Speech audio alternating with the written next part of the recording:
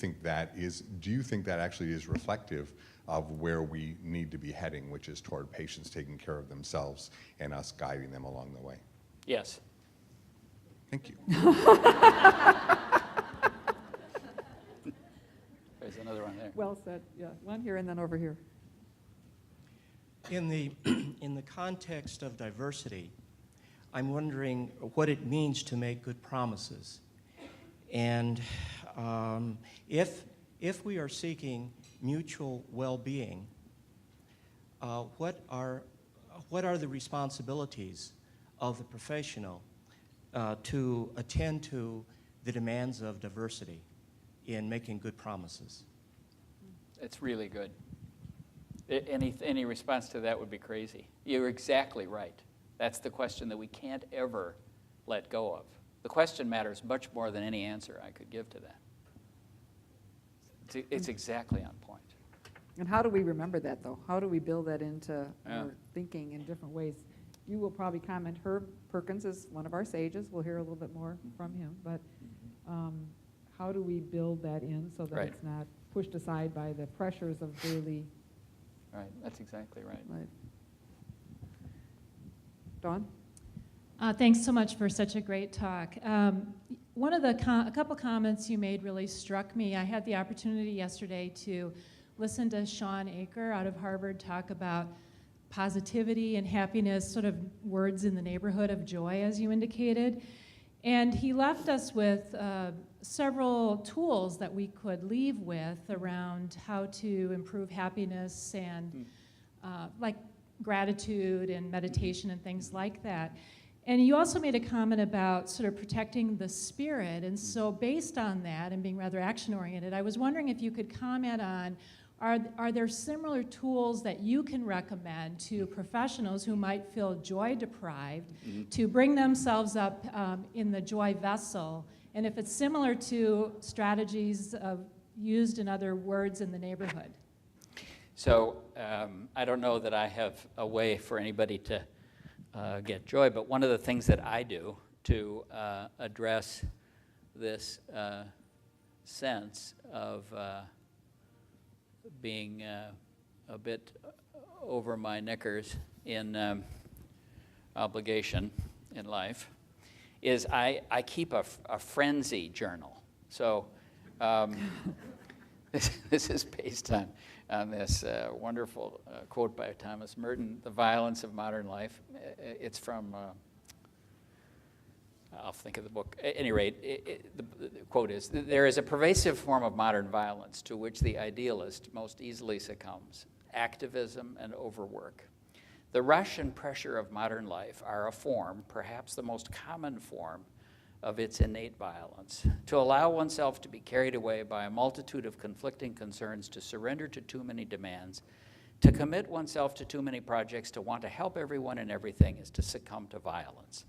The frenzy of the activist neutralizes his or her work. It destroys the fruitfulness of his or her work because it kills the root of inner wisdom, which makes the work fruitful." So I keep writing when I have 10 minutes or 5 minutes or something in this book, and the one that preceded it, this is the second violence frenzy journal. And that helped me a lot because I began to start to think about the transactions that I'm a part of every day. Like the person who came up and said, "Oh, you know, we really need to have you come and speak at our place. It's just wonderful to hear you. And I had just been writing in my frenzy journal, and I said, now the next person that asks me something like that, I'm going to actually think about that person as asking me to change the schedule that I had already put together based on the priorities in my life. What are the priorities in my life? And it seemed to me that the questions that were helpful to me about that were, who do I love? What is it that I must be thankful for? What is the thing I cannot not do, the Parker Palmer book? What must I maintain? And how will I keep a Sabbath space in my life? So basically, I realized that that innocent woman's inquiry was now being transformed into request for me to violate what had been put together by those 5 questions that had been helpful to me. So what's helpful to me is, in a very practical way, has been to do that. There are many other things that obviously could be done and that other people find more helpful, but this is just what I've found. You know, one thing that strikes me as you said that, the comment I made earlier has a new meaning, but the idea that joy is serious work. Yeah. It is not something that just descends upon us. Right. And, you know, there are 5 things, maybe 15 things that each one of us could be doing today that's work. Mm-hmm. And yet this is work, too, I think, to take the time and to reflect and how do we then shape a better, bigger arena. Yeah. Brian? Yeah. Jenna? Yeah. No, here it comes.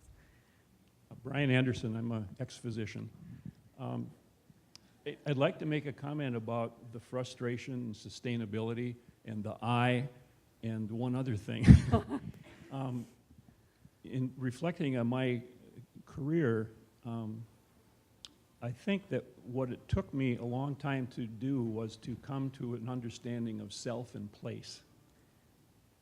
And it made me think about the difference between health and healing, because they're obviously related, but it took me a long, long time to understand that my place and my sense of self and my competence, and hopefully eventually it became beyond competence, was in an understanding of what I liked to do, what I was good at, and the place in which I was trying to do it.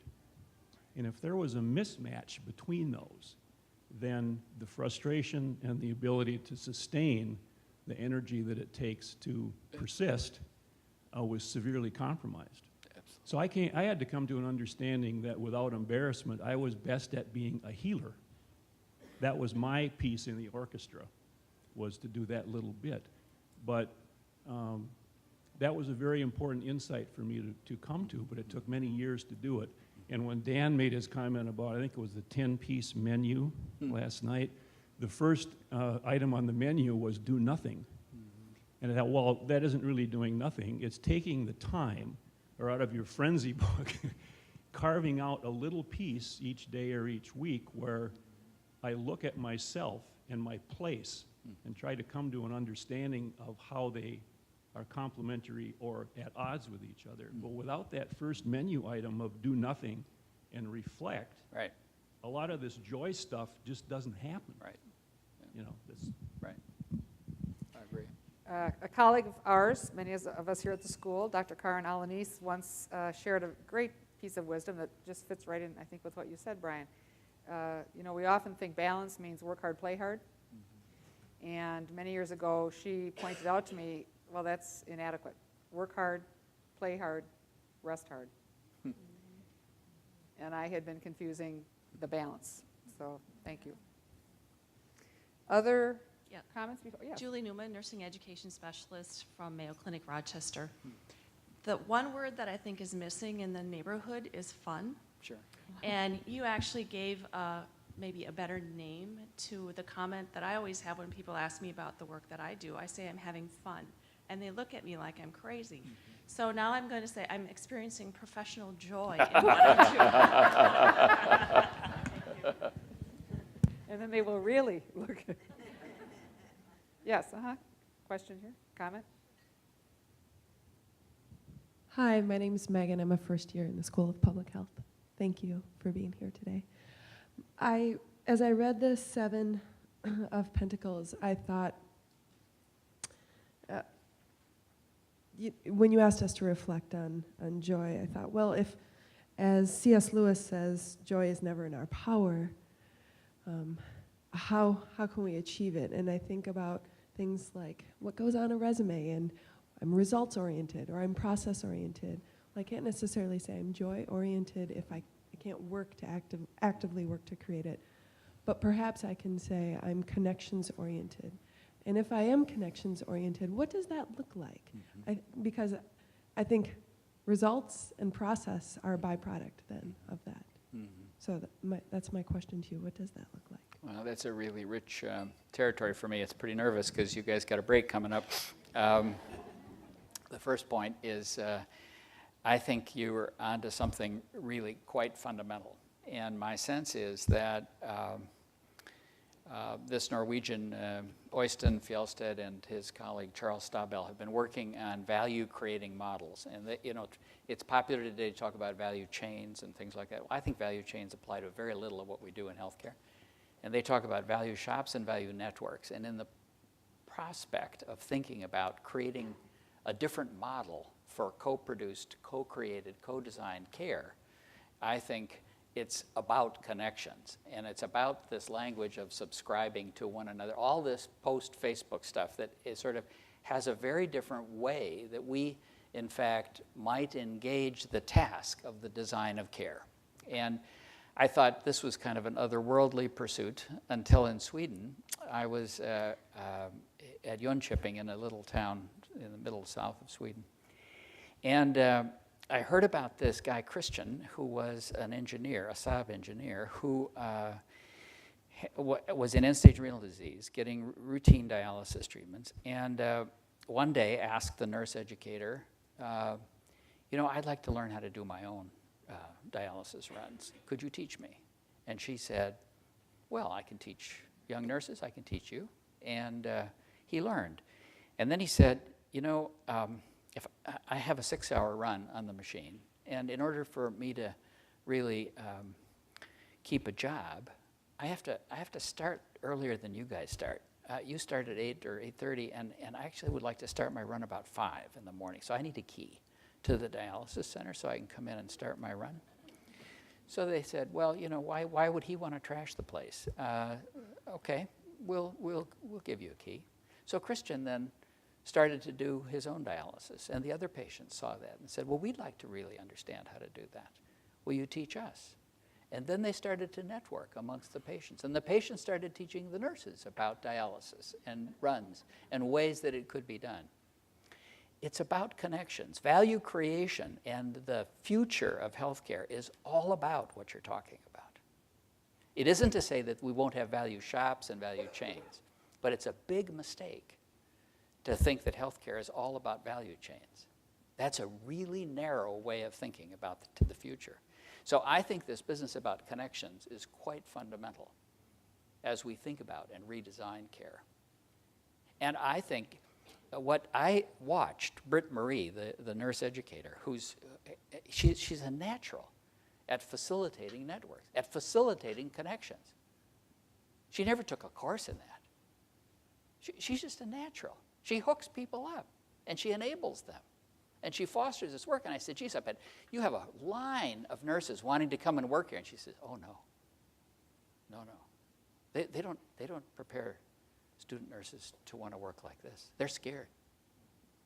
I thought to myself, wow, what an agenda. What an agenda. So I think there's much more, but we got a break coming. It is time for a break. Thank you again. Yeah.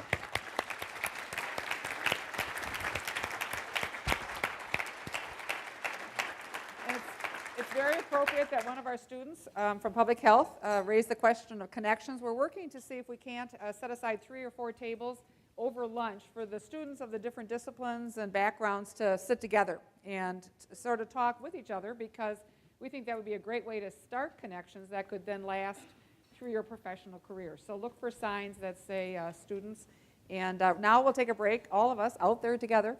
And we will be back at 10:30. Where Dr. Dan Peschut will lead our conversation with the sages. Thank you.